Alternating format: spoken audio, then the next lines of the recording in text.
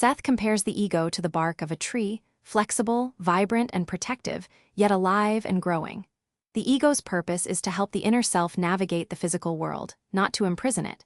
When the ego hardens into a shell due to fear, it blocks vital information from the inner self, leading to detachment and stagnation. Imagine a tree that, fearing storms, grows bark so thick it suffocates itself. Similarly, a rigid ego stifles our connection to deeper consciousness. Historically, mystics like Plotinus spoke of the ego as a veil that must be gently lifted. In modern psychology, Carl Jung warned against a rigid persona. To keep your ego flexible, practice mindfulness, observe your thoughts without judgment, and allow yourself to be vulnerable to new experiences. This openness is the first step toward conscious projection. Seth notes that what man cannot consciously remember, he often fears. This applies to our forgotten dream experiences and past lives. For example, as infants, we forget the trauma of learning to walk, yet we carry its imprint. In dreams, we may recall fragments of other lives or parallel realities, but the ego dismisses them as nonsense. A historical example: the philosopher Plato taught that learning is recollection. We already know truth, but fear of the unknown blocks it. Scientifically, studies show that the brain suppresses threatening memories to protect the ego. To overcome this fear, keep a dream journal. Record even the strangest dreams and note any emotions. Over time, you'll see patterns that reveal your inner self's wisdom. Remember, your dreams are not enemies, they are messengers from a broader reality. Seth introduces psychological time, a state where 5 minutes of clock time can feel like an hour of rest, independent of linear time. This is similar to the experience of deep meditation or flow states. For example, monks in Tibetan Buddhism practice dream yoga to enter timeless awareness. In the 1960s, researchers like Stanley Krippner found that lucid dreamers could perform tasks in dreams that felt longer than real time. To practice psychological time, set a timer for 15 minutes, sit comfortably, and focus on your breath.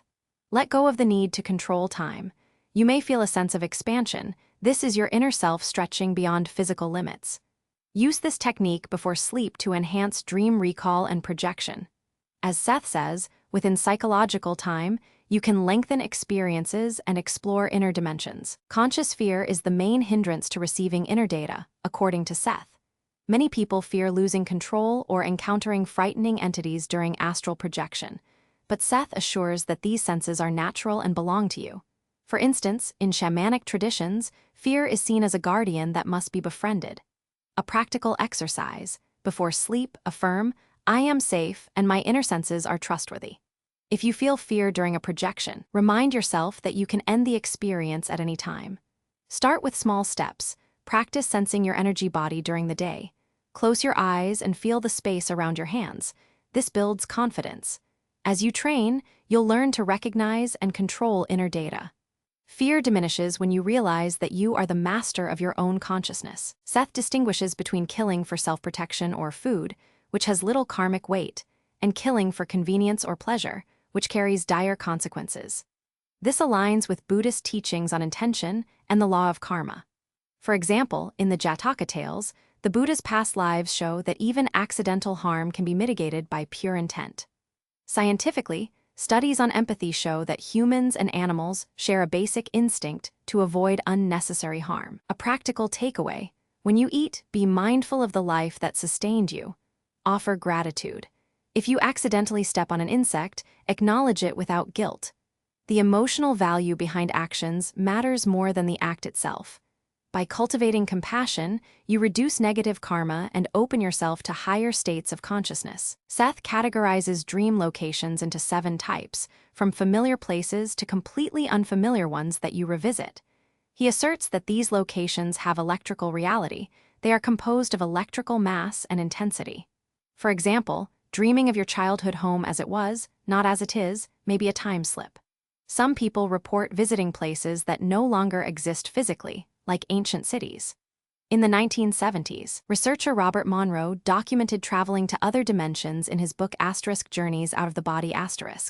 To explore dream locations, set an intention before sleep. Tonight, I will remember a dream location in detail.